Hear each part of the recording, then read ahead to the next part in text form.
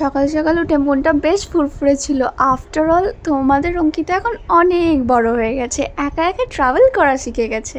O by the way, hey everyone, আমি অঙ্কিতা চলে এসে একটা ছোট্ট ভিডিও নিয়ে তোমাদের সঙ্গে শেয়ার করতে, তাও আবার একা একা কলকাতা যাওয়া। কলকাতা গেছিলাম কেন সেটা না হয় পরের ব্লগে তোমাদের সাথে শেয়ার করব। ঘুম থেকে উঠেই বাস ধরবার জন্য জলদি জলদি রেডি হয়ে চলে আসি সিটি সেন্টারে। তারপর দেখি সঙ্গে সঙ্গে আমার বাসও চলে আসে, আর আমি আমার এই বান্ধবী সমাদৃতার জন্য কিন্তু টিকিটটা কেটে নিয়েছিলাম দুর্গাপুর থেকেই। সে উঠে পড়ে পানাগড়ে। ও তোমরা এই প্লেসটাকে চিনতে পারছো? আমি তো প্রথমবার গিয়ে বুঝতেই পারিনি যে এটা হচ্ছে শক্তিগড়। কতটা চেঞ্জেস এসে গেছে, মানে ভাবো আমি কতদিন বাদ বাড়ির বাইরে বেরোলাম। অনেক দূরের লংয়ে ট্রাভেল করবো আর বাস দাঁড়াবে শক্তিগড়ে, কিছু খাবো না, এটা কি হতে পারে? আমরা দুজনেই কম বেশি, একটু বেশি ও একটু পেটুক, আমি একটু কম, but we all are food lover. তো নিয়েছিলাম এরকম সুন্দর দেখতে একটা ডিমের টোস্ট। তারপর চলো এটা খেয়ে নিয়ে উঠে পড়া যাক বাসে, সোজা কলকাতা যাওয়ার উদ্দেশ্যে। আমরা দুজনে একসাথে থাকবো, বাওয়াল হবে না সেটা কি হতে পারে? কখন যে এতটা রাস্তা সেট করে পেরিয়ে চলে গেল বুঝতেই পারলাম না। আর তোমাদের সাথে ব্লগ করতে করতে, ওর সঙ্গে গল্প করতে করতে পৌঁছে যাই ডাইরেক্ট কলকাতা। দেখতেই পাচ্ছ রাস্তাটা কত সুন্দর লাগছে, তোমাদেরকেই সেটা দেখাচ্ছিলাম আর কি।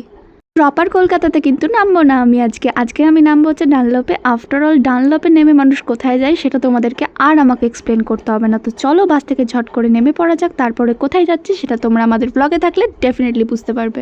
আচ্ছা একটা কথা বলো তো, আমরা কি এখনো ছোট আছি নাকি? ছোট বাচ্চাদের মতো ভগবানও দেখছে আমাদেরকে একটা গাইডার দিয়ে দিয়েছে। সেই দুর্গাপুর থেকে যখন থেকে উঠেছি সেই দাদা উঠেছে আসানসোলে, তারপরে আমাদেরকে নিয়ে যতদূর আমরা গেছি ততদূর অবধি ফুল গাইডেন্স দিয়ে আমাদেরকে নিয়ে গেছে। আফটার অল আমরা তো একটু বড় হয়েছি নাকি, আমাদেরও তো একটা একা একা ট্রাভেল করার মতো অভ্যাস তৈরি করতে হবে এবার, তাই না? কিন্তু না, ঠাকুর ঠিক করেছিল আমাদের সঙ্গেই দাদাকে পুরো কমপ্লিট ওয়ে অবধি পাঠিয়ে দেবে। আচ্ছা এবার এই জায়গাটা চেনা যাচ্ছে? সবাই বুঝতে পেরেছো নিশ্চয়ই। আমরা প্রথমেই এসেছিলাম দক্ষিণেশ্বরে মায়ের কাছে পুজো দেওয়ার জন্য। বাসটা একটু বেশি লেট করে দিয়েছিল, নালে ভেবেছিলাম মায়ের ভোগের কুপনটাও পেয়ে যাবো। মা আজকে ভোগ খাওয়াবার হয়তো আমাদের কি ইচ্ছে নেই, তাই আমাদের ভোগের কুপনও দেয়নি। যাই হোক, মায়ের যা ইচ্ছে তাই মা করুক। আমরা ততক্ষণ চলো গঙ্গা স্নানটা সেরে আসি দুজনে মিলে গঙ্গা স্নান করতে যাবো ভেবেছিলাম, কিন্তু আমাদের ব্যাগগুলো কে দেখবে? আফটার অল ফোন, ব্যাগ, পয়সা সবই তো আছে, তাই না? কম বেশি যেটুকুই থাকে ব্যাগের মধ্যে তো সবই আছে। তো এত ভিড়ের মাঝে ব্যাগটা কোথায় রাখবো সেটা বুঝতে না পারে আমরা দুজনে মিলে চান করতে যাবো কিভাবে সেটা ভাবছিলাম। সেই সময় চলে আসে আমাদের একটা ওয়াকি টকি দাদা। সেই দাদা বসেছিল, একদম ফুল ডিউটি করছিল। আমরা তার কাছেই ব্যাগ রেখে চলে যাই গঙ্গা স্নান করবার জন্য দুজনে মিলে। আফটার অল দুজন না গেলে কিন্তু গঙ্গা জমে না।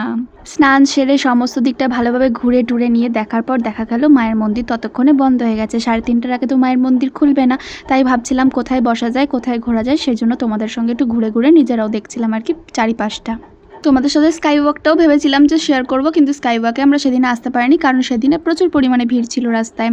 তারপরে চলো মায়ের পুজো দিয়ে দিয়েছিলাম। পুজো দেওয়ার সময় যেহেতু মায়ের কাছে ফোন এলাও করে না, তাই তোমাদেরকে ভিডিও করে আর পুরোটা দেখাতে পারলাম না। প্রচণ্ড খিদে পেয়ে গেছিলো। মায়ের পুজো দেওয়ার পরে চলে আসি একটা প্লেন নর্মাল পনিরের থালা নিয়ে দুজনে মিলে খাওয়ার জন্য। আমি তবে যেখানে যাবো সেখানেই মানুষজনের সঙ্গে পরিচয় করে গল্প করতে শুরু করে দেবো, তাই এখানেও সেরকমই হয়ে গেছিলো। কত দূর থেকে মায়ের মন্দিরে সবাই পুজো দিতে আসে সেই ঘটনাই শুনছিলাম আর কি। আর আমাদের মায়ের রূপ তো কিছু বলবারই নেই, সেই জন্যই বোধহয় ক্যামেরা করতে দেয় না। তাও যদিও আমি একটা ছোট্ট মতো ছবি কিনে এনেছিলাম, আমার মায়ের ফটো আমার ঘরে ছিল না বলে। চলো তাহলে এবার মায়ের নাম নিয়ে খাওয়াটা শুরু করা যাক। আমার এই ব্লগটা যারা লাস্ট অব্দি দেখেছো তারা কিন্তু জয়মা বা হোতারানি লিখতে একদমই ভুলো না। তারপর আমরা চেপে পড়েছিলাম বাসে। এবার কোথায় যাচ্ছিলাম, এর পরের দিনে কি হয়েছে, নেক্সট পার্টে সমস্ত কিছু থাকছে। তাই ব্লগ সব করা দেখতে গেলে আমার পেজটা কিন্তু ফলো করতে হবে। বাই, খুব জলদি দেখা হবে তোমাদের সাথে।